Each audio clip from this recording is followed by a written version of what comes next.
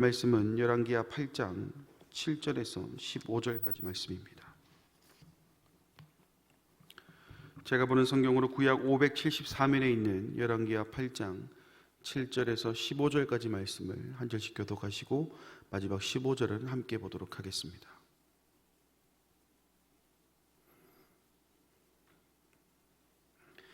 엘리사가 다메섹에 갔을 때에 아람 왕 베나닷이 병들었더니 왕에게 들리기를 이르되 하나님의 사람이 여기 이르렀나이다 하니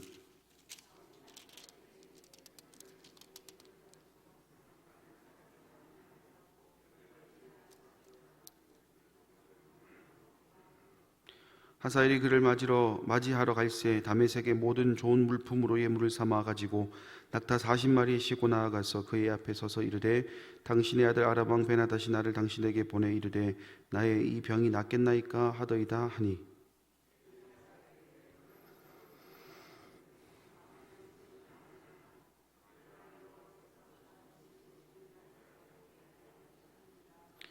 하나님의 사람이 그가 부끄러워하기까지 그의 얼굴을 쏘아보다가 우니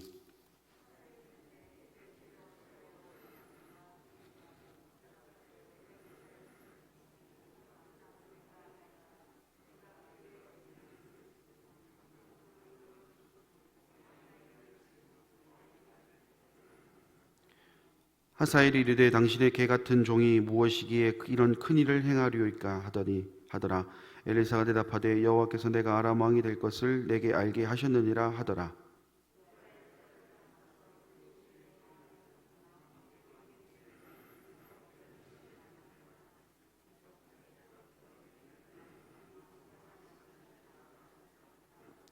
같이 읽겠습니다. 그 이튿날에 하사엘이 이불을 물에 적시어 왕의 얼굴에 덮음에 왕이 죽은지라 그가 대신하여 왕이 되니라. 아멘. 오늘 본문의 말씀은 아람 왕 베나닷의 죽음과 하사엘이 그 뒤를 이어서 왕위를 계승하겠다는 그 엘리사의 예언 그리고 그것에 대한 성취에 대한 내용을 기록하고 있습니다. 8절 말씀을 보시면 왕이 하사엘에게 이르되 너는 손에 예물을 가지고 가서 하나님의 사람을 맞이하고 내가 이 병에서 살아나겠는지 그를 통하여 여호와께 물으라. 아람 왕 베나닷이 병에 들게 되었는데 그 시기에 엘리사가 다메섹에 있다는 소식을 접하게 됩니다. 그래서 베나닷은 하사엘을 통해서 내가 과연 이 병에서 나을 수 있는지 없는지를 엘리사에게 물어보고 오라라고 전하게 되죠. 그리고 이 말을 들은 하사엘은 엘리사를 찾아가게 되는데 거기서 아주 충격적인 이야기를 듣게 됩니다. 10절 말씀을 보겠습니다. 엘리사가 이르되 너는 가서 그에게 말하기를 왕이 반드시 나으리라 하라. 그러나 여호와께서 그가 반드시 죽으리라고 내게 알게 하셨느니라 하고. 자, 하사엘이 엘리사를 통해서 아주 뜻밖의 이야기를 듣게 되는데 그것은 왕이 병에서 나을 것이다 라는 이야기를 전하라고 이야기하지만 실제는 베나닷이 죽을 것이다 라는 이야기를 지금 하고 있습니다. 뭔가 좀 아이러니합니다. 이 일의 당사자인 베나닷에게는 병이 나을 것이다 라고 전하게 하면서 실상은 그가 죽음에 이르게 된다라고 하니 모순도 이런 모순이 없는 셈이죠. 그런데 더 이상한 점은 이 이야기를 전하는 엘리사의 모습에 있습니다. 11절 말씀을 보겠습니다. 하나님의 사람이 그가 부끄러워하기까지 그의 얼굴을 쏘아보다가 우니. 자, 여기서 우리는 좀 주목해 보아야 될 단어가 있는데 바로 그의 얼굴을 이라는 단어입니다. 그의 얼굴에 해당하는 이 히브리어 단어가요 에트파나이오라라는 단어를 쓰는데 이 단어를 쓸 때 두 가지 상황을 볼 수 있습니다. 하나는 하사엘의 얼굴을 보는 것과 하나는 엘리사의 얼굴을 보는 것, 이렇게 두 부분으로 볼 수 있는데 첫 번째 하사엘의 얼굴로 간주해 보면 엘리사가 하사엘의 얼굴을 그냥 쏘아보다가 울었다, 그냥 요 지문 그대로 이해가 가능합니다. 하지만 이 단어를요 엘리사 자신의 얼굴로 간주한다면 엘리사의 얼굴이 마치 환상을 경험한 것처럼 굳어졌다라는 의미로 이 단어가 해석이 되게 됩니다. 자, 그러면 여기서 말하는 그의 얼굴을 이라는 표현이 어디에 가깝느냐? 바로 엘리사 자신의 얼굴, 그러니까 하사엘의 얼굴을 보고 얼굴을 쏘아봤다 이런 의미가 아니라 엘리사가 자신의 얼굴, 하사엘과의 도중에 대화 도중에 나타난 하나님의 계시함을 발견했고, 그로 인해서 엘리사의 표정이 상대방인 하사엘이 보기에 부끄러워할 정도로 쏘아보며 울었다라고 이 본문의 말씀을 해석해 봐야 된다는 겁니다. 말이 좀 어렵습니다. 그죠? 좀 정리해 보자면 엘리사는 베나닷의 병나음을 알고 있었고 이 이야기를 하사엘에게 전하려고 했지만 그 순간 임한 하나님의 계시를 통해 전혀 다른 이야기로 흘러가게 될 것임을 알게 되었다라는 것으로 이 사건의 이야기를 요약해 볼 수 있을 것 같습니다. 바로 베나닷이 하사엘에 의해 죽게 될 것이며 그의 뒤를 이어 왕이 될 사람은 다름 아닌 하사엘이다라는 것이죠. 그리고 그 하사엘이 이스라엘에 행할 만행은 입에 담기조차 힘든 참혹한 것이기 때문에, 환상을 통해 보았던 것이 그런 것이기 때문에 그가 눈물을 흘릴 수밖에 없었다라는 것으로 됩니다. 우선 베나닷의 마지막, 그러니까 하사엘이 왕이 된다는 사실은요, 이미 하나님께서 엘리야에게 예고하신 내용입니다.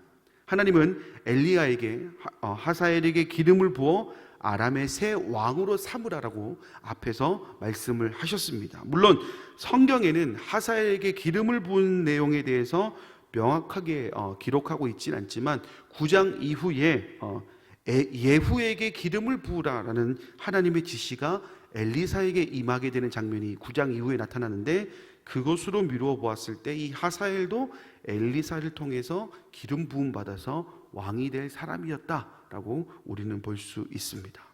근데 여러분, 엘리사 입장에서 한번 이 사건을 한번 들여다보자고요. 본인의 위치가 하나님의 사람이기 때문에 하나님께서 주신 말씀, 대화 중에 계시를 보여주면 그 보여준 말씀을 그대로 전해야 되는 의무가 있는 사람입니다. 그런데 정말 냉정하게 생각해 보면 하사엘을 통해 펼쳐질 이야기가 환상처럼 보였을 때에, 이스라엘에게 임할 그 참혹한 실상이 엘리사 눈에 보였을 때에 그 심정이 어떻겠냐라는 겁니다. 아무리 하나님의 사람으로 그 역할을 감당하는 게 우선이겠지만 엘리사도 사람인지라 그 말을 전하는 것이 쉽지만은 않았을 것이라는 겁니다. 그러니 어떻습니까? 엘리사는 눈물을 흘리면서까지 그 말씀을 전하게 됩니다. 그러나 엘리사는 그런 사적인 감정에 치우치지 않고 끝까지 하나님 말씀을 전하는 것으로 오늘 본문의 말씀이 마무리가 됩니다. 사랑하는 여러분, 오늘 본문의 말씀을 통해서 나누고자 하는 것이 바로 이것입니다. 하나님의 사람이라면 자기의 사적인 감정이나 친분, 혈연이나 그 밖의 관계에 얽매여서는 안 된다라는 점입니다. 오늘 본문 말씀이 단순히 하사엘의 만행 이런 쪽으로 초점을 맞추기보다는 엘리사의 초점을 맞춰서 보자는 것이죠. 만약 엘리사가 하사엘을 만났을 때 보았던 환상의 내용 때문에 자신의 동족이 하사엘로 인해 처참한 상황에 이르게 된다는 것을 숨겼다면 여러분 어떻게 되었을까요? 물론 하나님의 계획은 엘리사가 숨기든지 숨기지 않든지 간에 하나님의 계획은 이루어졌을 것입니다. 그러나 엘리사는 더 이상 하나님의 사람으로서의 역할을 감당하지 못했을 것이다라는 것이죠. 왜 그렇습니까? 하나님의 사람은 착각하지 말아야 될 한 가지가 있습니다. 그것은 내 자신은 무언가 대단한 능력이 있는 것이 아니라 하나님이 사용하시는 도구라는 점이라는 것이죠. 마치 주인의 밭을 가는 황소처럼 말입니다. 만약에 여러분 황소가 일하기 싫다고 해서 자기 마음대로 막 일을 하지 않고 그냥 시원한 그늘 밑에서 쉰다고 생각해 보십시오. 그럼 주인의 선택이 무엇이겠습니까?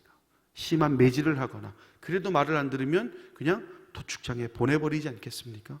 그런 점에서 하나님의 사람 역시 다를 바가 없다라는 겁니다.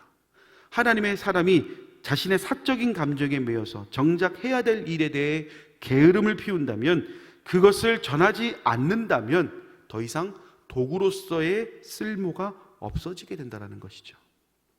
그럼 어떻게 해야 되겠습니까? 끊임없이 스스로를 연단해야 됩니다. 내가 하나님의 사람으로서 하나님 앞에서의 자신의 모습은 어떠한지, 세상 앞에서 비춰질 하나님의 사람으로서 비춰질 모습이 어떠한지를 끊임없이 점검하는 것이 하나님의 사람의 역할이다라는 것이죠. 오늘 본문에 등장한 엘리사를 보십시오. 그가 비록 안타까운 소식을 접했을 때는 눈물을 흘려가며 슬픔을 토로했습니다. 하지만 이내 사적인 감정에서 벗어나 하나님의 사람으로서의 역할을 감당했고 그를 통해 하나님의 사역이 또 전해지고 이어지게 되었습니다. 우리도 마찬가지입니다. 하나님의 사역을 감당함에 있어서 왜 사적인 생각이 들지 않겠습니까? 친한 사람에게는 좀 더 잘해주고 싶고 싫어하는 사람에게는 어떻게든 도움을 주고 싶지 않은 그 마음이 누구에게나 있습니다. 저도 그래요. 사역하다 보면 좀 말이 잘 통하고 사역할 때 좀 호흡이 잘 맞는 사람들은 뭐라도 하나 더 챙겨주고 싶은 마음이 들지만 할 때마다 방해가 되고 할 때마다 뭔가 참견이 되는 사람들은 솔직히 이 사람이 좀 없었으면 좋겠다라는 감정이 들 때가 저도 있습니다. 그러나 우리가 기억해야 될 것은요, 적어도 하나님과의 관계에 있어서 나의 유불리는 중요하지 않다라는 사실입니다. 더 나아가서 지금 내가 감당해야 될 일이 하나님의 일이 내 생각과 맞지 않다고 해서 포기할 것이 아니라 그 길을 인도하시는 하나님의 생각에 맞춰 걸어가기 위해 그저 끊임없이 노력해야 될 뿐이라는 사실이죠. 오늘 엘리사가 하나님의 사람으로서의 사역을 성공적으로 감당할 수 있었던 것도 이와 같습니다. 자신의 감정이 아닌 하나님, 자신의 유불리가 아닌 하나님, 자신의 생각이 아닌 하나님을 먼저 생각했기 때문에 엘리사는 그 슬픔 가운데서도 감당할 수 있게 되었다는 겁니다. 이제 우리는 다시 세상으로 나아가게 됩니다. 그곳에서는 아마 어제보다 더한 선택을 요구하는 그런 만남들이 있을 겁니다. 어제보다 더 심각한 상황에 놓일 수도 있습니다. 내가 내 사적인 감정을 컨트롤해야 되고 나의 개인적인 감정을 컨트롤해야 되고 내가 좋아하는 사람이든 좋아하지 않는 사람이든 그 사람들과의 융화를 위한 삶을 살아가기 하는 그런 시간들이 또 우리 눈앞에 펼쳐질 것입니다. 비록 내 눈에 눈물이 나는 슬픈 결말이 예상이 된다 할지라도 세상과의 타협으로 인해 하나님의 거룩성이 훼손되지 않을 수만 있다면 우리는 그런 삶을 살아가기 위해 끊임없이 연단해야 합니다. 그리고 그 연단은 주님과의 긴밀한 대화, 곧 기도에서부터 출발하게 됩니다.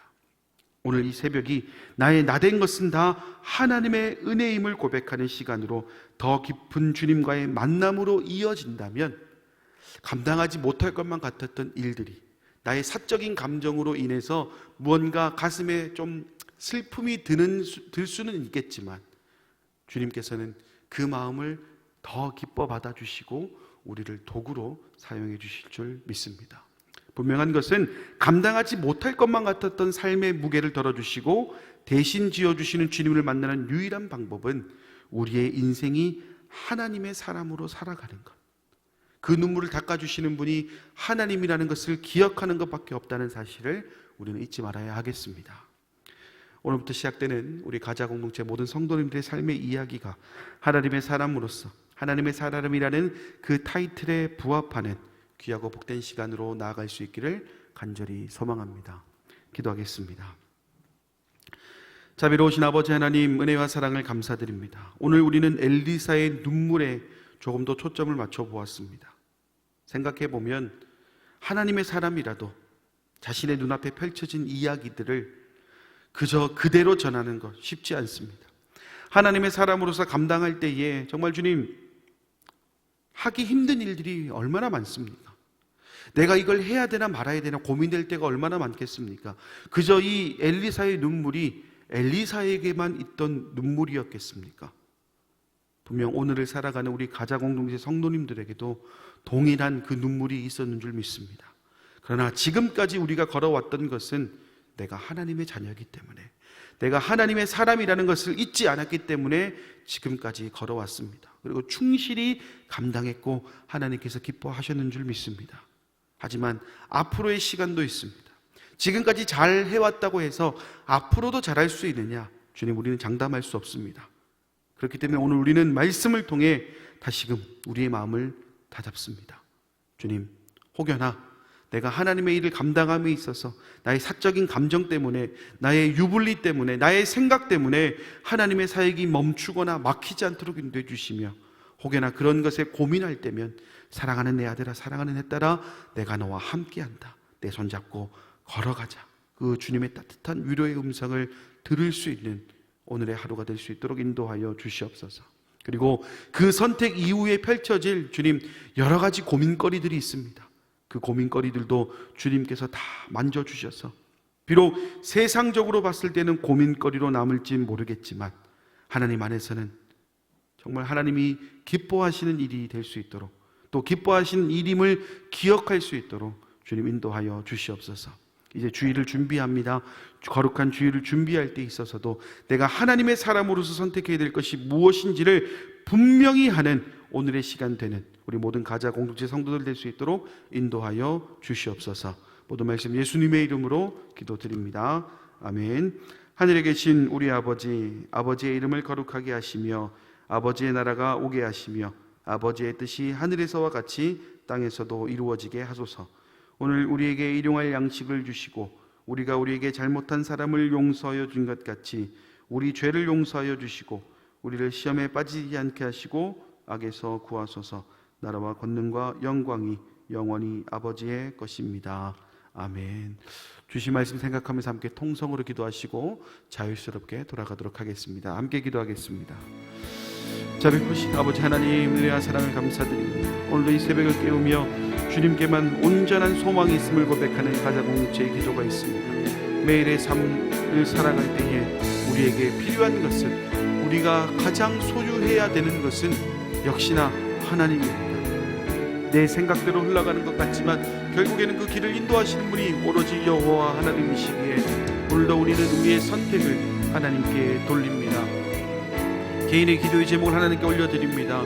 말씀을 통해 받은 은혜를 하나님과 함께 나누는 시간으로 나아갑니다. 주님, 더 깊은 기도의 자리로 나아갈 때에 주님, 세상에서 듣지 못했던 놀라운 음성을 듣는 이 시간 될 수 있도록 인도해 주시고, 이 성전을 떠나기 전에 주님께 올려드려야 될 기도의 제목들이 있다면 다 올려드릴 수 있도록 인도해 주시며, 주님, 오늘 올려드린 기도의 제목들 이 성전을 떠나기 전에 응답받는 놀라운 시간 될 수 있도록 인도하여 주시옵소서.